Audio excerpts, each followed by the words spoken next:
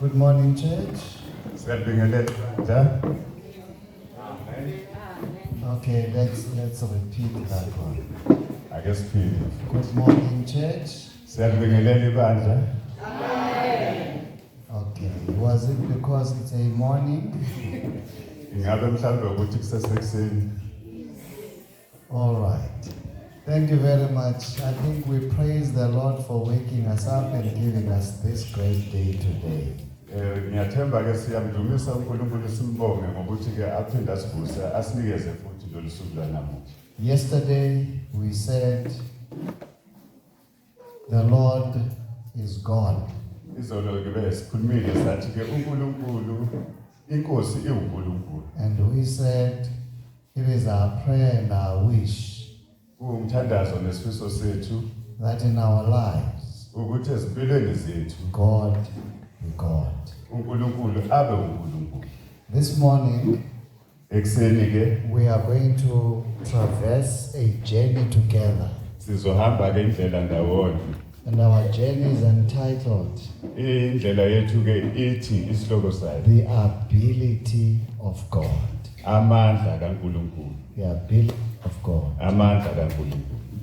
My brother is going to read a text in the book of Daniel, Sizofunda ke kuDaniel the 3rd chapter, isahluko sesithathu and we'll be reading 3 verses, verse 16, verse 17, and verse 18. sizofunda ke lawo mavesi amathathu 16, 17 no18. OShadrach noMeshach noAbednego baphendula bathi enkosini neBhedinezari thina sidinga ukuphendula kule ndaba. 17 Uma kunjalo uNkulunkulu wethu esimkhonzayo unamandla kusikhulula esithandweni somlilo ovuthayo. Yebo, uyakusikhulula esandleni sakho Nkosi. 18 Kepha uma kungenjalo makwazeke kuwe Nkosi ukuthi asikukhonza uNkulunkulu bakho. Ngeke sakhuleka esithombeni segolide osimisileyo. Amen. Amen. The picture begins Isithombe ke sibekwayo la siqalayo with a crisis. siqala ke ngenhlekelele. Nebuchadnezzar connects with God, uNebukadnezari ke uxhumana noNkulunkulu. but he forgets the connection. Kodwa uyakhohlwa uyakulibala lokuxhumana. And he remembers that there are young people that he took to school to learn about magistry. Uyakhumbula futhi ukuthi ke uke wathatha abantu abasha wabasa esikolweni kuba bayofunda ngokuphatha noma ngokubusa. And those young people were taught how to interpret certain things. Babefundisiwe ukuthi ke kunezinto ezithile abazofundiswa abazokwazi ukuthi bazichaze. And now he says, I must call those young people to come and help me here. Uthi ke ayisekufune ngibabizeke laba bantu abasha beze bazongilekelela. They will help me with what I dreamt Bazongisiza ngalokho engikuphuphileyo and the interpretation of what I dreamt. nangalokho ke futhi ngencazo yalokho engikuphuphile. But there is a problem here. Kunenkinga kodwa la. Nebuchadnezzar did not check the curriculum at the school.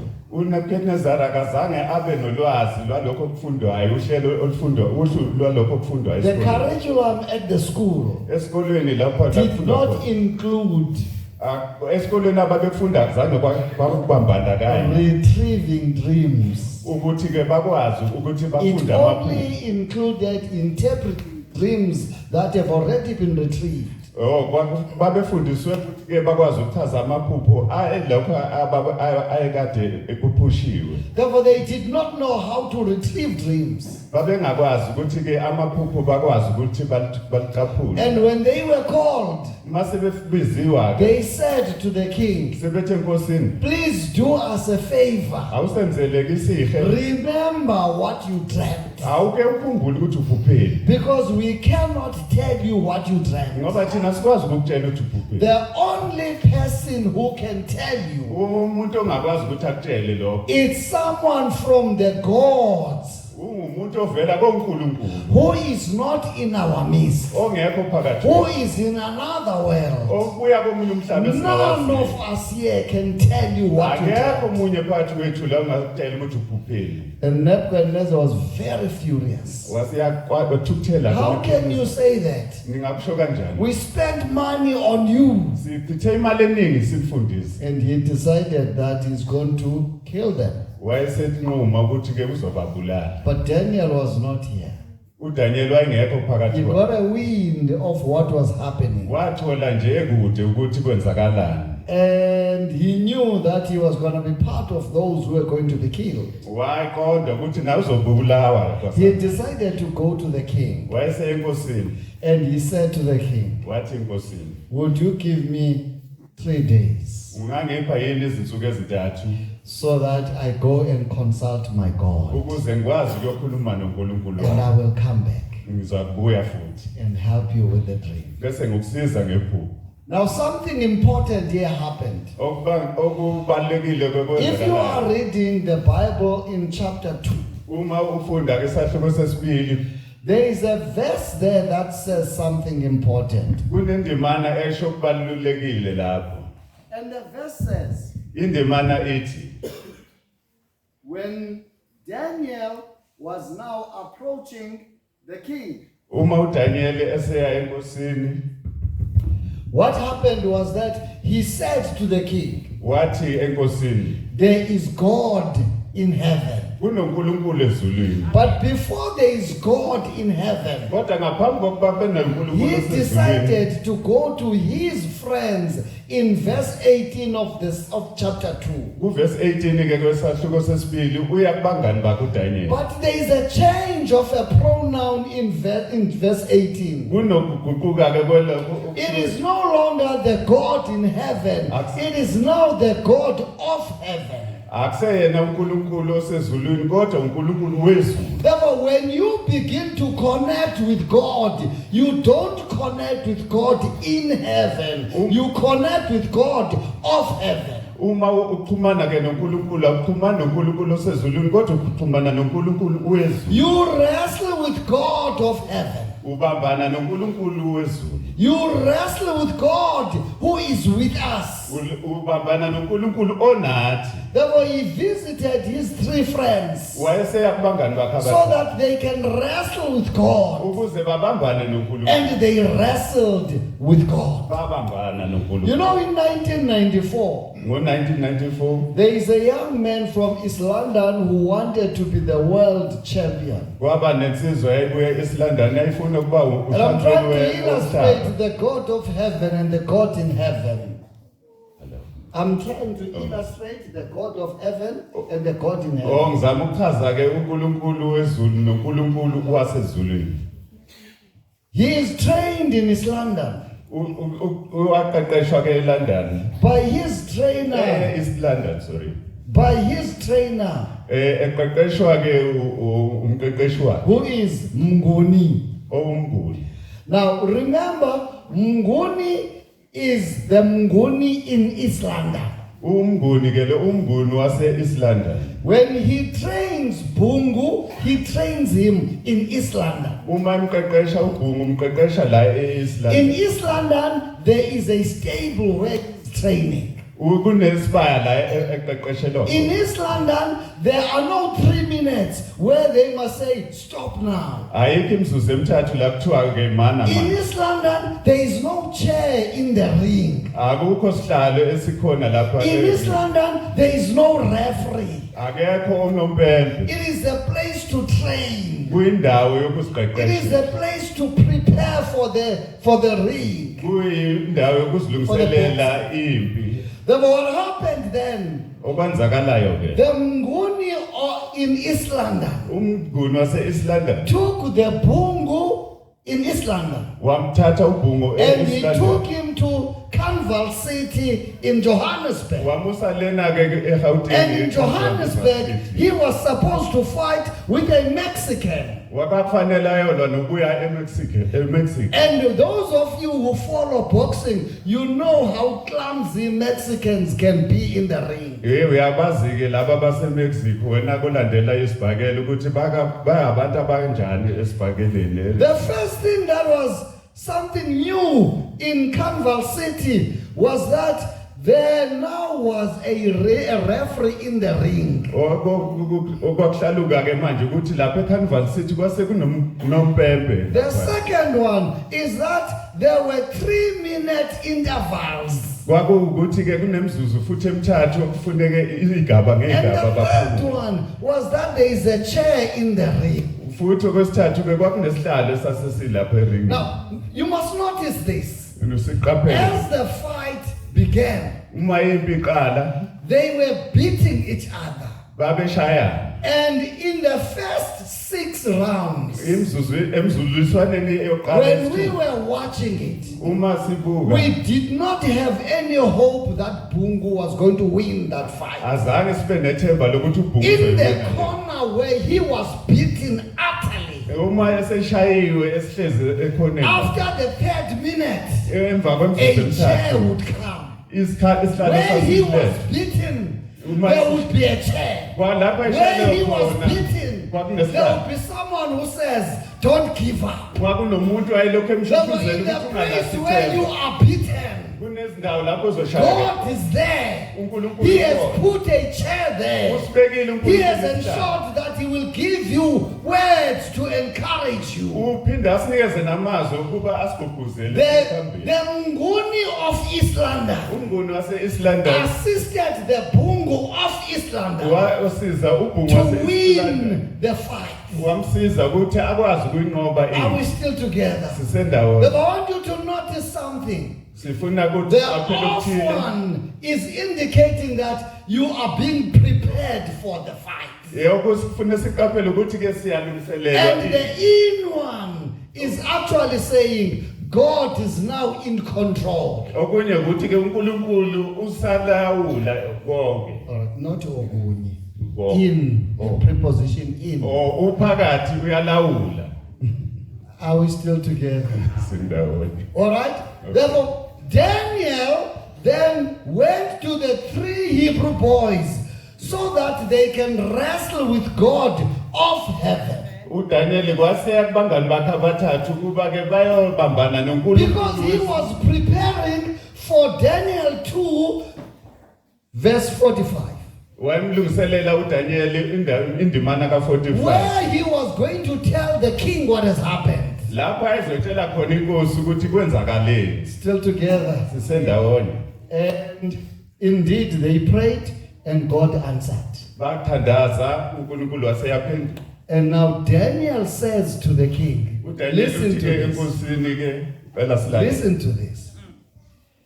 There is no one Akekho omunye who can tell you ongakutshela Nkosi what you have dreamt. ukuthi ubhuphe. Can you see the connection between Daniel and the magicians? Siyabona yini ukuxhumana phakathi kaDaniel The nabalungu. magician said, there is no one who can help you here except one of the gods. Abalumbi bathe bona akekho ongakusiza la ngaphandle kwabanye uNkulunkulu. And Daniel is saying, uDaniel there is no one who can help you. akekho ongakusiza la. Then he uses another important word. Usebenzisa elinye igama elibaluleke kakhulu. However, Noma kunjalo there is God in heaven. uNkulunkulu Once osezulwini. again, confirming what the magician said. Because the magician said, there is no one who can help you except one of the gods. Uqinisekisa lokho okushiwo abalumbi abathe akekho ongakusiza ngaphandle komunye ovela koNkulunkulu. And Daniel says, Uthi uDaniel ke there is God in heaven kunoNkulunkulu osezulwini who reveals dreams. owabula izifihlakalo. Still together. Sisendawonye. And then Daniel then gave the dream and then the interpretation of the dream. uDaniel waseletha iphupho nencazo yakhe. After that had been done, Esekwenzakele lo Nebuchadnezzar was not happy. akazange wathokoza He remembered this was the dream, wakhumbula nje but he kuphela was ukuthi not yena happy kwakuyikhubo le- with the dream kodwa akazange asizakala ngephupho because he saw himself in the silver, wazibona yena he saw himself in the bronze, wazibuka he ethusini saw himself in the iron. wazibona He sensimbini did not understand why God has times that are allocated. akazange waqonda ukuthi kungani uNkulunkulu enezikhathi azinqumilene azibekileyo Then he decided to have a statue. wayesethi enquma ukuthi uzokhanda ke And isithusi that statue was a statue of gold, kwakuyisithusi segolide saying to God, ethi kuNkulunkulu "You are a liar. ungumqambi mali I am mina the ruler of the world eternally. ngiyumbuso womhlaba inginaphakade You are a liar." uNkulunkulu onamandla That statue was actually a direct attack on God. leso sithusi ke sasikuhlasela uNkulunkulu emehlweni ngqo And now they spotted 3 Hebrew boys base beqaphela ukuthi kunalaba bafana who babuHebheru were abathathu not bowing down. abangakhothami Are we still together? sisendawonye And when they spotted them, uma they sebebaqaphela ran to the king baya enkosini and said to the king, bathe enkosini 3 Hebrew boys kunabafana abathathu are bamaHebheru not bowing down to your statue. hayi abaguqi lapha esithombeni osimisileyo And then the king said, yathi inkosi "Bring them." baletheni And when he saw them, uma isebabona it was the 3 boys that he loved. yilaba bafana abathanda kakhulu And he said to them, uthi kubo "Guys, I love you so much. bafana ngimthanda kakhulu I can't take you to the fire. angikwazi ukumphosa emlilweni Just once." kanye nje How many times? kanye Just once. kanye nje Just once. kanye Once you have done it, uma senikwenzile I will make sure that you don't get into the fire. ngizaqinisekisa ukuthi Hey, angiphose beloved friends, bahlobo how many times mukangakhi when we have said, uma seke "I'm sathi just going to do it once. ngizokwenza kanye nje All right, I'm just going to taste the drugs once." kanye nje And you edakamizweni get hooked. bese I'm just going to uyabambeka taste girls once. ngizokuba And amantombazane you get kanye hooked. nje bese I'm ngiyabamba just going to taste boys once. ngizoya kubafaneni kanye And you get hooked. ufike lapho I'm just going to lie once. ngizoqamba amanga kanye nje And you get hooked. bese uyabambeka Once is always. okodwa nje kuhlala kunjalo kukodwa it's always Are we still together? sendaweni Are you with me? Number once is never once. ukodwa lokho akakaza I want kwewo to show you the importance of this once. ngifuna ukunibonisa ukubaleka The kwalokho Israelites, when they were going to the promised land, ama-Israyeli maye they needed to put their feet on the water. How many times? Once. And after once, the sea opened. ama-Israyeli kwadingeka abeke unyawo lawo kanye emanzini Once you kanye do something kuyavuleka once, ulwandle something follows after once. uma into uke wayenza kanye kukhona okulandelayo emva kwalokho They said only once. uthi ke kanye Only once. kanye nje The 3 Hebrew boys said, bathi abafana ke "We don't want to answer you on this once. asidingi ukuphendula kulokhu Because we know the complications of once." ngoba siyabazi ubunzima balokhu kodwa Are you with me? Hey, you are still sleepy. ngathi You are nisesebuthongo still sleepy. I know the complications of once. ngiyaqonda ukuthi ke kunzima kanjani And ukuba then kanye. the 3 Hebrew boys said, abafana bamaHebheru bathi ke "It must be known to you, King, akwazeke kuwe nkosi that our God ukuthi is able uNkulunkulu wethu to unamandla rescue us ukuba sikhulule from 2 things. ezintweni He's ezimbili going to rescue us from the fire, uzosikhulula and He's going emlilweni to rescue us from you." nakuwe nkosi Are we still together? Sisenda But wonke. they immediately thought that, hey, this God can disappoint you. hello God. uNkulunkulu lona akungenzeka uzondumaza Still together? They quickly bashesha that babona he can disappoint you. ukuba uzondumaza uNkulunkulu. How many times have you prayed to God after finishing your degree and you don't get a job? Ukangaki lapho usuthe waqeda iziqu zakho kodwa wangamthola How many times have you prayed for stability in your relationship, but your relationship has collapsed? nalapho ubudlelwano bakho buye wakukhulekela kodwa How babonakala many times kuwo. have you prayed for a subject at school so that you can pass it, but at the end of the year, that grade that comes is an F? Ngakuthi ke isifundo oke wasikhulekela unyaka wakho ukuba usiphase kodwa egcineni While we have hope in God, uma there sithemba are times kuNkulunkulu where our hope disappoints us. kuna isikhathi la amathemba ethu esijivasa. Therefore, the three Hebrew boys realized that. Abafana bamaHebheru That baqonda even though we may say God is able to do this, but God does not act on our command.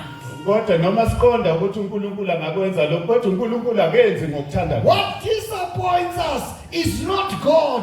It's our thinking that when we command God, God must do something. Okukona kusijivazayo ukuthi ke uma sicabanga ukuthi uNkulunkulu angenza okuthile kodwa bese The three Hebrew boys realized that God is not our messenger boy. akayena kumfana wethu uNkulunkulu. God is not our garden boy. akayena umfana wengane. He doesn't do things because we want him to do them. akenzi izinto God uNkulunkulu does ngoba things sifuna because ukuba he ayenze. wants to do them. Uyenza ngoba kuthanda We yena. must allow God to be God. Ufuna ukuba uNkulunkulu Even though I walk through the valley of the shadow of death, therefore the shadow of death is there. God does not remove it. uNkulunkulu akakususa ukufa.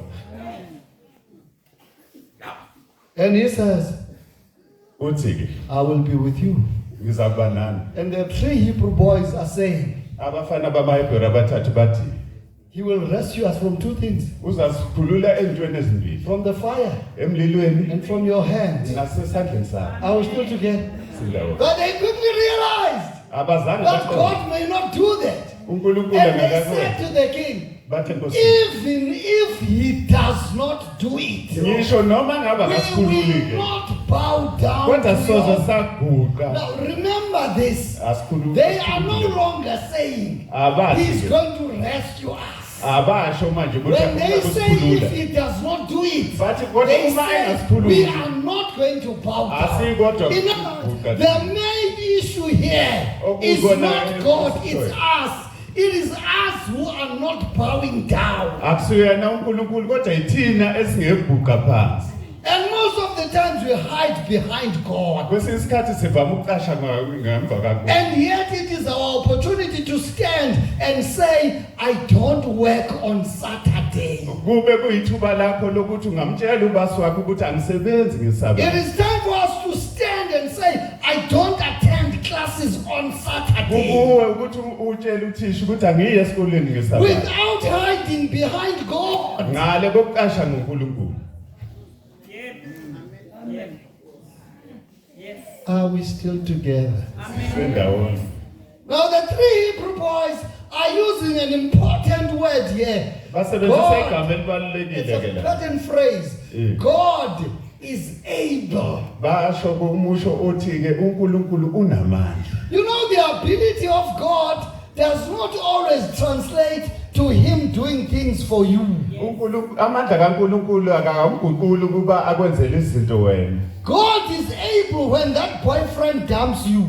uNkulunkulu ke unamandla ngivi nalo mfana. He doesn't cease to be able because you are dumped. Akanamandla uNkulunkulu ngoba nakho usulahliwe. God is able when your car is repossessed. uNkulunkulu unamandla ngisho imoto He yakho doesn't cease isithathiwe. to be able because your car is repossessed. Akanamandla ngoba nakho isingena. God is able when you go through that divorce. uNkulunkulu uyakusiza ukuthi He uhamba doesn't nawe cease to ukuthi be able because you are going through that.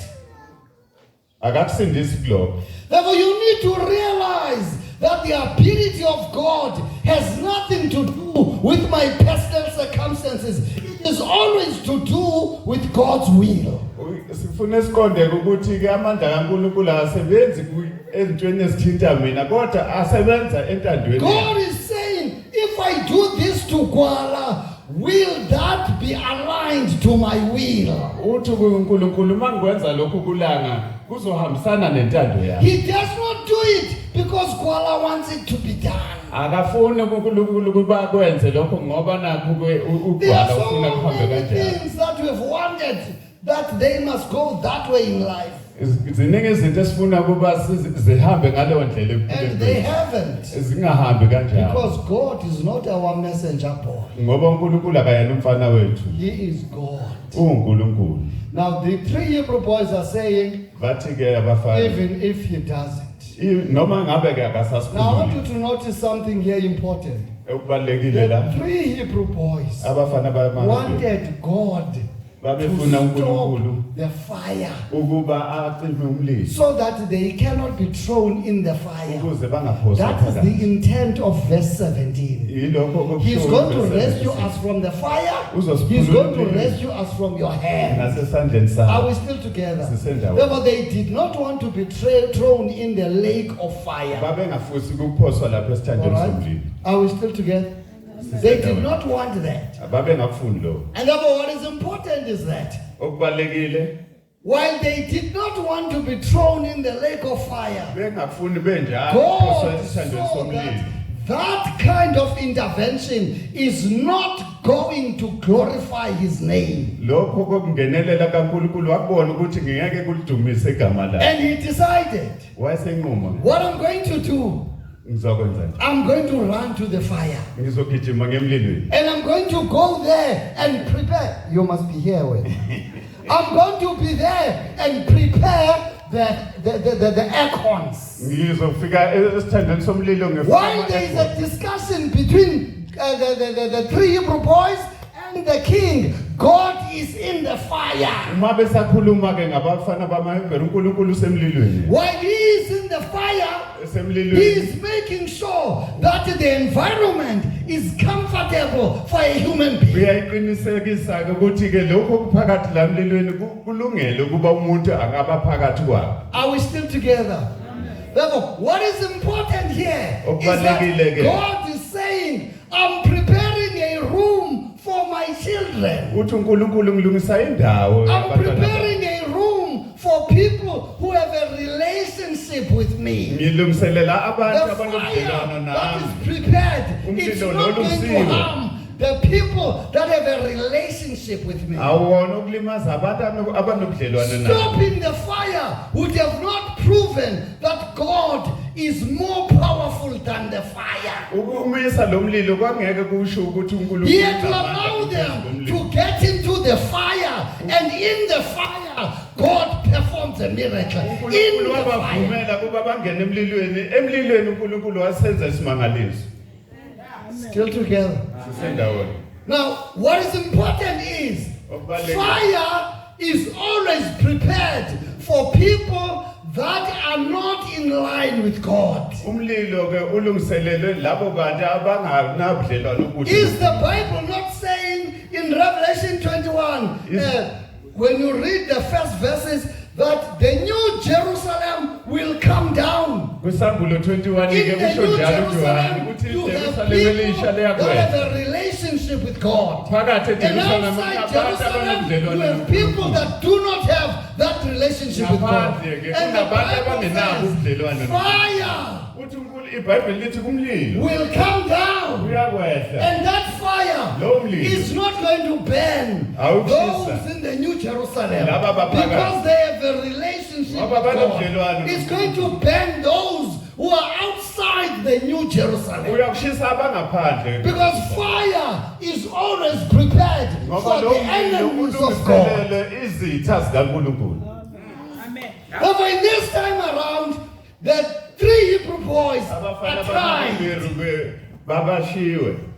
The 3 Hebrew boys are now taken to the fire. Bathathwa basiwa ke esithandweni somlilo. Now, the 3 Hebrew boys are thrown in the fire. Bayaphoswa The esithandweni. first miracle Isimangaliso sokuqala. is that those who are tied, Laba ababoshiwe they did not catch fire. abazange umlilo waba. Those who are not tied, Laba they caught bangaboshiwe fire. ibona ababanjwa umlilo. Still together.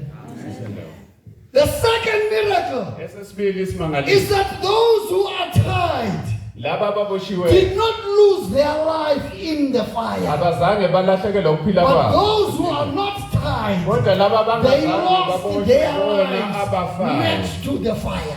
bafa eduze kwawo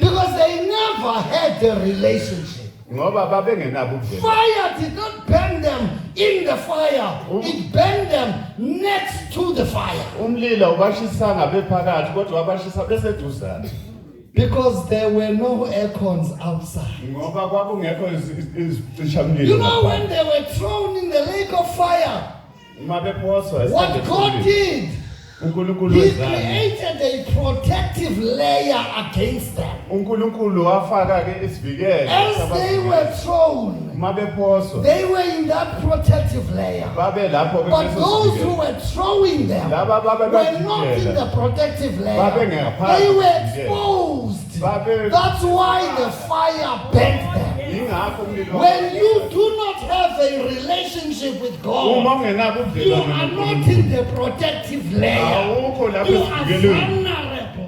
When we talk about things that are happening in this world, uma izinto they zenzeka affect you adversely Ziyahlasela because you are lezo zinto. vulnerable outside ngoba God. usengozini ngaphandle kaNkulunkulu Yebo. Amen. The ability amandla of God. kaNkulunkulu In the fire, emlilweni there were unseen aircons kwakunezicishamlilo that were ezingabonakaliyo cooling the fire, ezazi lokhu zokupholisisa that made the fire experience to be an experience that today we are looking forward to. akwenza amava ukuthi namhlanje nathi sijonge phambili ukuthi nathi kuyoba njalo kithi The ability of God. amandla kaNkulunkulu God is able to do things, uNkulunkulu unamandla okwenza izinto but He can also be able not to do them. futhi unamandla futhi okungasenzi You see, when you are sick in hospital, uma ugula usesibhedlela I normally see pastors ngizivama ukubona befundisi say, no, she's going to be okay. He's going to be okay. belokhu bethi abafundisayo And uzoba they right even have the oil to anoint the person. bese beba nanamafutha okumgcoba One of the things that I say when I go to the hospital enye izinto engiyishoyo uma ngesibhedlela is that God is able. ukuthi uNkulunkulu unamandla His ability can let this brother lie. amandla kaNkulunkulu angenza ukuthi lo mfowethu alale This brother can die Angafa. because God is able. ngoba uNkulunkulu enamandla Oh, this brother can rise from this bed because God is what? futhi Is able. uNkulunkulu angamvusa umfowethu lapha embhedeni ngoba The uNkulunkulu unamandla ability of God is not determined by us. amandla kaNkulunkulu It is not determined by our circumstances. noma izimo zethu God is able, and uNkulunkulu His unamandla. ability is always in line with His will. ye amandla akhe uNkulunkulu emgqini owodwa nenta Therefore, when you pray to God, uma uthkhuleka kuNkulunkulu don't pray as if you are instructing Him to do things for you. ungewuthandazi ngathi uNkulunkulu umnikeza umyalelo Ask ukuthi God to give you a bigger picture of what you are praying for. ake umcela uNkulunkulu akunikeze nje isithombe esibanzi salokho okukhulekela Are we still together? sindawonye You are praying for your child who is sick. uthandazela umntwana wakho Your ogulayo prayer should be, umthandazo wakho kufanele God, ukuthi uNkulunkulu give me a bigger picture. awunikeze isithombe esibanzi When this child leaves, uma lengane ilala will this child live to glorify you? ingabe izolalela Or will ukuphazamisa the resting of this son noma ukulala kwalendodana be something that you will be praised for? uyiyona nto ozodunyiswa ngayo na Are we still together? sindawonye Open my eyes vula amehlo so that I can see a bigger picture. ukuba ngibone isithombe esibanzi Open my eyes. vula amehlo You want to see this? There was a battle, and then Elisha was with a young man. uElijah ke kwakunempi uElijah enensizwa esencane And the young man, when he went outside, he saw the chariots. insizwa encane yathi mayiphuma ngaphandle yabona izinqola And he zamanzi came back and he said, we are sieged. ithi yaye sithi fintshezelwe And Elisha was saying, don't worry. uElijah uthi ayingakhathazeki And he saw that the man was anxious. wabona ukuthi lensizwa ayihlathekile and offered a prayer. wayesekhuleka Do you remember the prayer? siyakhuleka yini umkhuleko Their Siyakhumbula. prayer was not protect us from the enemy. Hayi, umkhuleko wawungathi sivikele Their sithini prayer was not we are scared. awungasho ukuthi sesaba Their prayer was umthandazo wawuthi open his eyes vula amehlo alensizwa so that he can see. ukuze ibone Amen. amen Open his eyes. vula amehlo akhe You are seated here today. uhlezi namhlanje You are seeing impossibilities. ubuka izinto You are ezingenabo seeing difficulties. ubuka You izinto are seeing ezingenabo things that cannot be done. izinto ezingeke What I'm zenzeke saying to you today, kodwa ngithi namhlanje have that prayer. yeba nalomkhuleko Nkosi Open my eyes vula amehlo akhe so that I can see the bigger picture. ukuba ngibone One of our biggest challenges, inselele enkulu we don't esinayo. see the bigger picture. asisiboni We isithombe fight esikhulu. for the crumbs under the table silwela izivuthuluka because we ezingaphansi don't kwetafula. see God's bigger picture for ngoba us. sisiboni isithombe esikhulu And God ngoNkulunkulu clearly anaso says, ngathi. God clearly says, uNkulunkulu uthi I ngokucacileyo know the plans I have. ngiyawazi amacebo enginawo ngawe. Now, why would you pray for your plans and not allow God to perform a miracle to make your plans successful? ngani ke uthandazela amacebo akho nokuba uthandazela ukuthi uNkulunkulu enza amacebo akho aphumelele. God is able. uNkulunkulu unamandla. He is able to rescue you. Unamandla okukhulula. He is also able not to rescue you. Unamandla futhi He kungakukhulula. is able to take you out of the hand that is oppressing you. Unamandla okukhulula He kuleso sandla is siswe. also able not to take you out. Unamandla futhi ukuthi engakususi lapha. The ability of God Amandla kaNkulunkulu never depends on our wishes and ways. awancikile esifisweni. It depends on who God is kodwa ancike and ekutheni the role uNkulunkulu He ubani. plays in our lives. Nendima ayidlalayo ekuphileni He kwethu. is able. Unamandla. He is able. Oh, yes. I know my Lord Yes. is able. Ngiyazi, ngiyaqonda ukuthi uNkulunkulu wami unamandla. Can we sing that as I sit down? He is able. Yes. He is able. He is able. I know. I know my Lord is able to carry me through. He's able, he's able. I know He's able. I know my Lord is able to carry me